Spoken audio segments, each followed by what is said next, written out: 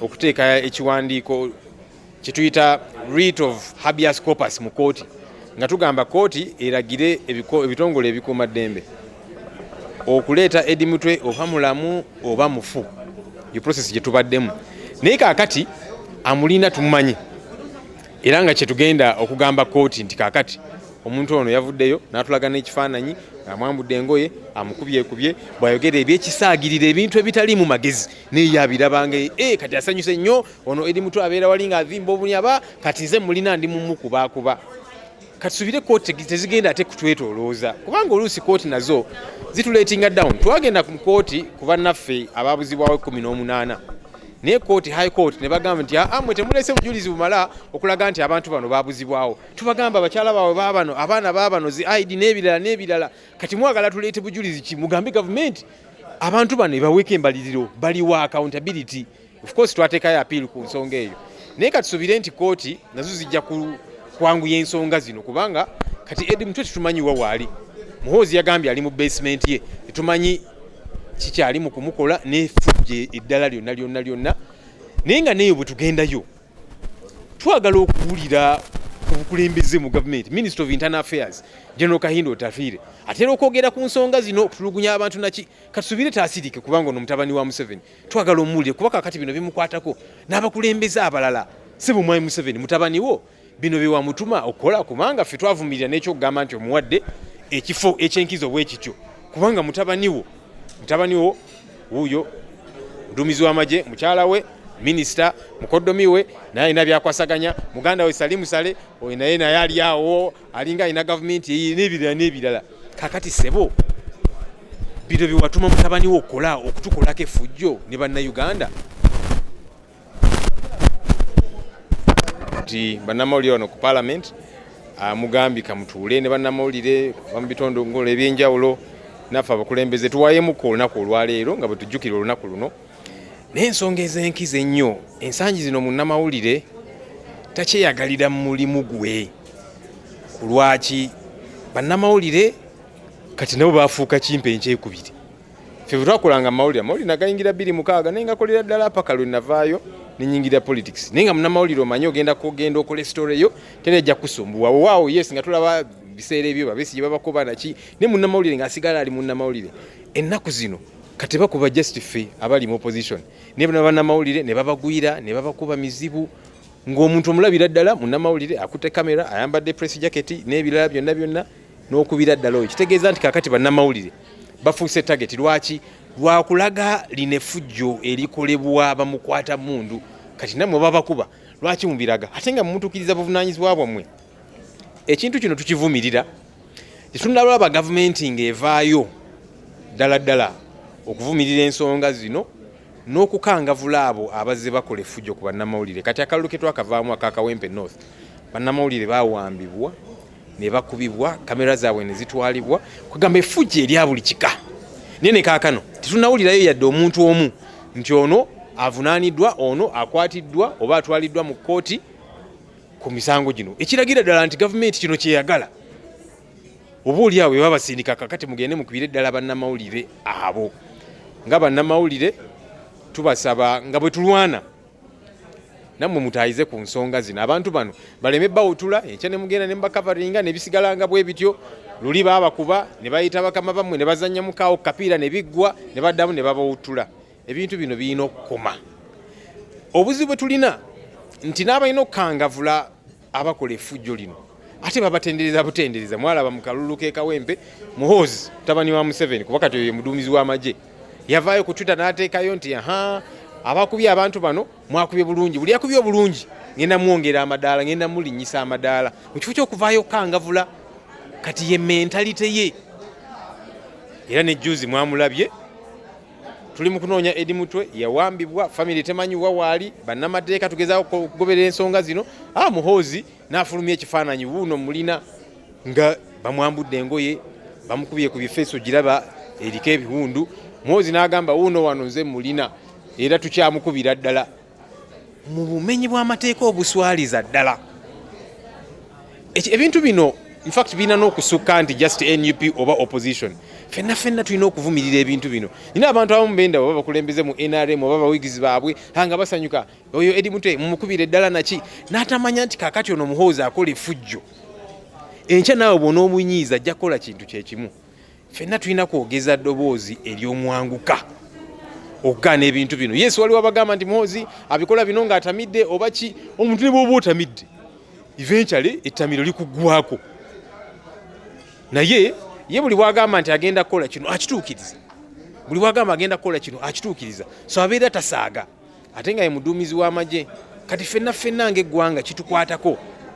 Si ffe just ffeka abali mu opposition oba ba politician ne civil society bannaddiini abakulembeze b'ennono fenna era twebaza abo abasiga bazze boogera. Tusaba tusigale nga amaloboozi gaffe gano gavaayo.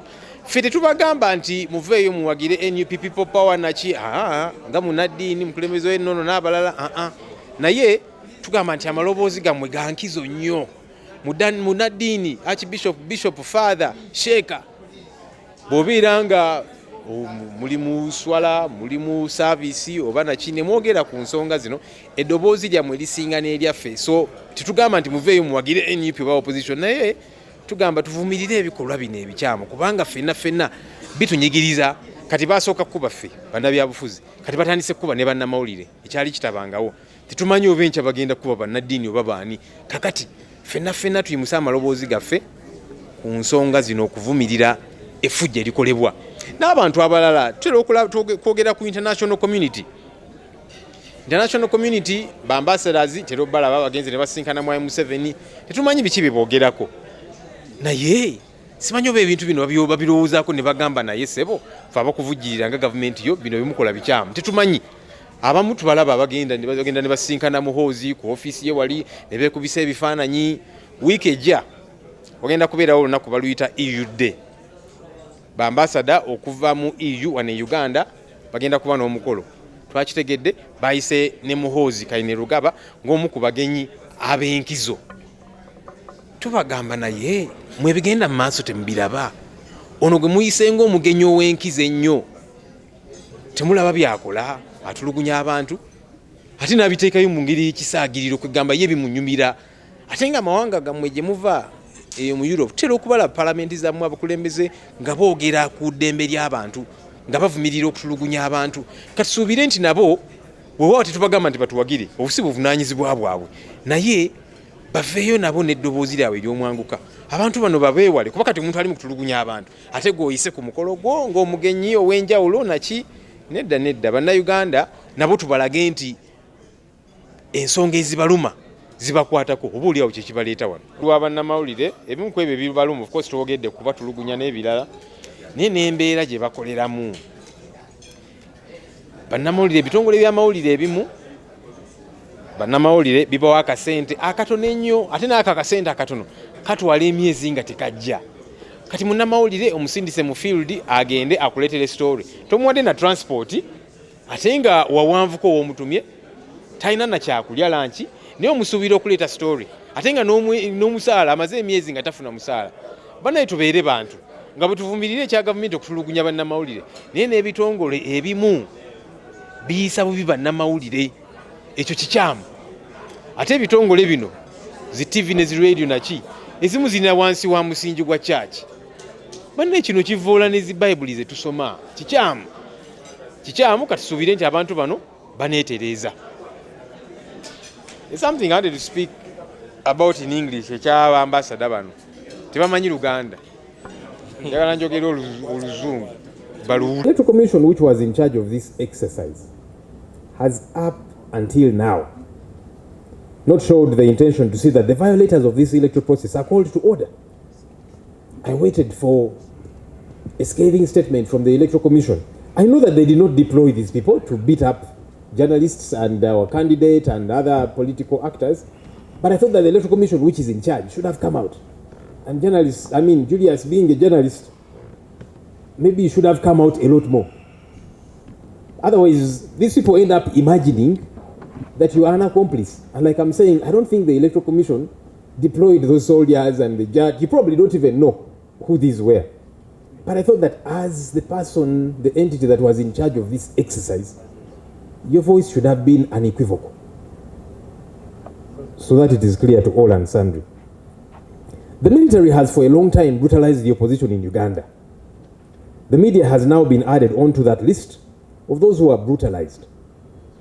What is more disturbing is that the head of the army, Mr. Museveni's son, who should be calling out his officers for this mess, is always encouraging it and even promising to promote those who brutalize citizens and journalists. We saw how he was tweeting during the Kawempe fiasco, saying this one has done a good job, this one has beaten well. What is his name? I want to promote him. We have seen how General Muhoozi Kainerugaba has gloated with excitement over this criminality. Yesterday, he was, as always, on social media celebrating the abduction and torture of a one Edward Sebufu, better known as Eddie Mutwe, a supporter and a leader within the ranks of NUP. Muhoozi shared a picture of Eddie Mutwe stripped of his clothes and with visible wounds on his face. To date, Eddie Mutwe's family, colleagues, and even lawyers don't know his whereabouts. Many days after his abduction, the regime has time and again criticized Idi Amin Dada for such ills. But what is obtrusive is that they are doing even worse. We must all, as a citizen, put an end to this criminality. This is not an isolated case. Across the country, media practitioners have faced threats, unlawful detention, censorship, and attacks, often from state actors who should be protecting their rights as opposed to violating them. The Uganda Communications Commission, UCC, on several occasions has issued directives that lean more towards gagging other than regulating these media houses. You've seen how some media houses have been shut down for hosting opposition voices or airing uncomfortable truths. This has happened over the years, even when I was still a practicing journalist. Reporters have been forced to self-censor for fear of losing their jobs or their freedom. Because beyond the job, this person knows I could be abducted for simply telling the truth. The economic survival of media houses is under pressure. Many outlets are financially vulnerable, and this opens the door to political manipulation, editorial interference, and the erosion of independent journalism. We are witnessing a shift where digital media and citizen journalism is transforming this landscape. Young people armed with smartphones and a passion for truth are telling stories that once went unheard. The traditional gatekeepers no longer hold all the power, and that opens the space for new and alternative narratives. And I'm glad most of you media houses are morphing with the time, because journalism in 2006, when I joined the media, is not the same journalism of 2025. It's not. We're also seeing a growing public hunger for independent, investigative journalism. I thank people like Solomon Selwanja who are digging in their heels in that regard. Ugandans are asking hard questions. They want facts, not spin. And this demand gives honest journalism the relevance and urgency that it deserves. We appreciate everyone who continues to speak out in defense of journalism and all who are involved in the quest for a free press. Civil society has also stepped up, building networks, providing legal aid and training journalists in ethics, safety, and resilience. Their work is helping to protect not only the media, but the democratic space in which we all operate. So yes, there are rays of light, but it is our job, all of us, to nurture that light.